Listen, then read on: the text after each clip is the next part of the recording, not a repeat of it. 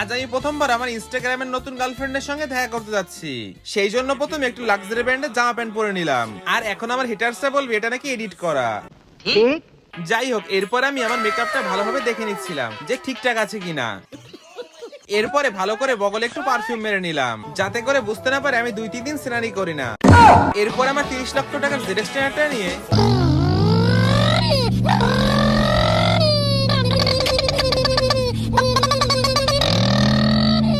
কিন্তু কিভাবে যেন আমার বাজারে আসার খবরটা পাবলিকে লিক হয়ে গেছিল। সেই জন্য দেখলাম এক এক করে অনেক লোকজন আমার সঙ্গে দেখা করতে এসেছে। তবে আমি যে এখন বিজি মানুষ, আমার এখন কারোর সঙ্গে ছবি তোলার সময় নেই। আবে সালে।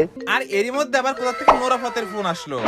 আমি একে কতবার বলেছি আমি একটা নতুন রিলেশনে গেছি, আমি আর ওর সঙ্গে কথা বলতে পারবো না। কিন্তু নোরা যে কি পাগলামি করে, এখনই ধরো আবার আমার সঙ্গে দেখা করতে বাজারে এনে চলে আসে। সেই জন্য আমি তাড়াতাড়ি করে রুমাল বেঁধে গাড়ির পিছনে লুকিয়ে পড়েছিলাম। এরই মধ্যে দেখলাম দূর থেকে আমার ইনস্টাগ্রামের গার্লফ্রেন্ড আসছে। Wow! Beautiful! একদম কড়ক মাল। কিন্তু এটা কি হলো? ও আমাকে দেখার পরেও পাশ কেটে চলে গেল কেন? ও কি আমার আর নোরার মধ্যে সম্পর্কের কথা জেনে গেল? যাই হোক, একবার ডেকে তো দেখি। কি গো, এই তো আমি, তুমি কোথায় চলে যাচ্ছ? ইনস্টাগ্রামে তো ফাঁসি ছিল, এখানে তো কালো হয়ে গেলে কি করে? গজব বেজতি। ছলো ছলো নয়নে হাসি